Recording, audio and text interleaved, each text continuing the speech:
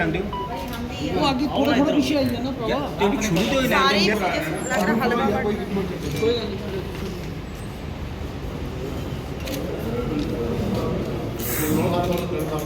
हाथ हटाओ किसका हाथ इकट्ठे करो ना सर थोड़ा ग्रुप सर ग्रुप टाइप कराओ ना एक वो उठा लो मोबाइल में से देता हूं। मेरा मोबाइल है।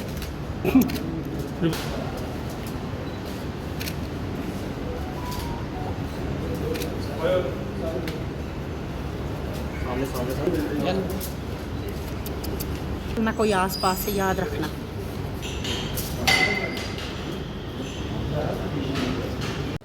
आज के दिन अशोक सोढ़ी जी की शहादत हुई थी। उस शहादत के जो मतलब गवाह हैं चन्नी आनंद जी, ये भी फ़ोटोग्राफर हैं, इनके साथ ही गए। ये अपने शब्दों में अच्छी तरह बयान कर सकते हैं किस तरह से वो एपिसोड हुआ, कैसे उनको गोली लगी, कैसे वो शहीद हुए।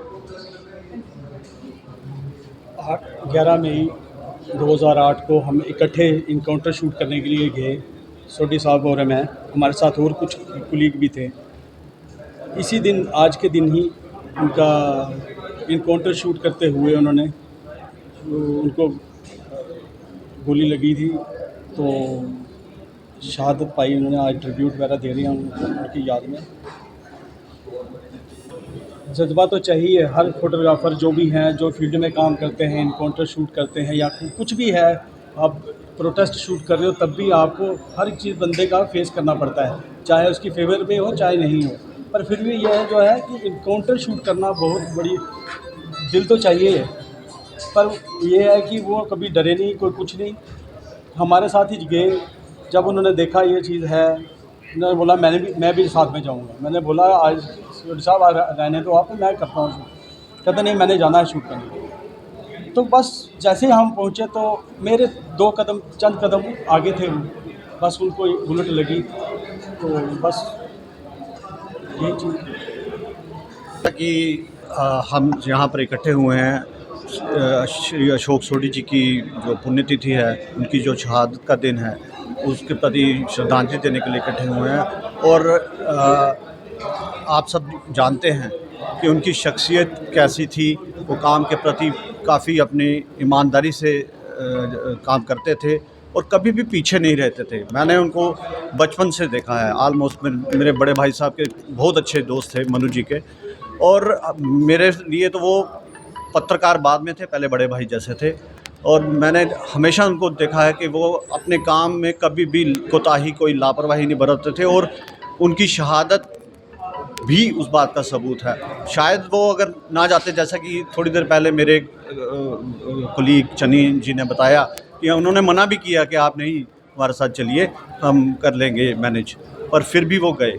इससे ये साबित होता है कि वो अपने काम के प्रति कितने निष्ठावान थे। और साथ ही साथ मैं ये अपील करना चाहूँगा अपने सारे तमाम पत्रकार बंधुओं से, जो चाहे वो कैमरामैन हैं, रिपोर्टर हैं, वीडियोग्राफर हैं, कि पहले अपनी सुरक्षा के प्रति वो जागरूक रहें। धन्यवाद। मुझे बहुत सौभाग्य की बात है, मैं अशोक सोढ़ी जी के साथ काम कर चुका हूँ। अशोक सोढ़ी साहब से बहुत कुछ सीखने को मिला। हम लोग काफ़ी जम्मू में जो पहले इनकाउंटर्स हुए, अशोक सोढ़ी साहब हमारे साथ हम लोग जाया करते थे, कवरेजेस में हम लोग इकट्ठे हुआ करते थे।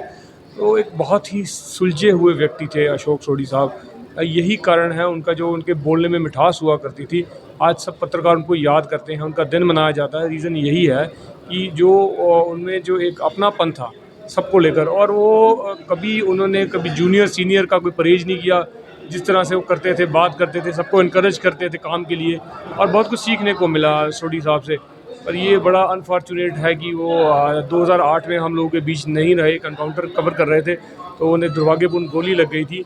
मैं समझता हूँ बहुत दुख का पल था हम लोग के लिए भी। मुझे अभी भी दिन पूरा याद है जब अशोक सोढ़ी साहब की जीएमसी में डेड बॉडी आई थी, तो मॉर्चरी में लेके गए। मतलब मुझे आज भी वो पूरा दृश्य जो मेरे जहन में, मेरी आंखों के आगे आज भी चलता है। बहुत भावुक पल है मेरे लिए वो, क्योंकि अशोक सोढ़ी साहब बड़े भाई की तरह थे और हमेशा मुझे गाइड किया करते थे कि क्या सही है क्या नहीं। तो उनकी शहादत के बाद से मैंने बहुत कुछ खोया है, मेरा पर्सनल नुकसान हुआ है, मैं ये मानता हूँ।